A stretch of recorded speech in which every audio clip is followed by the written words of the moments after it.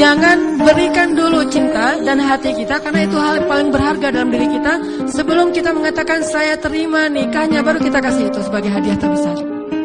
Begitu juga perempuan, jangan mudah memberikan cinta kalian kepada laki-laki, walaupun sehebat apapun laki-laki itu, sampai dia mengatakan saya terima nikah fulana binti fulana dengan mahar sekian, baru pada saat itu juga kita katakan aku berikan hatiku kepadamu.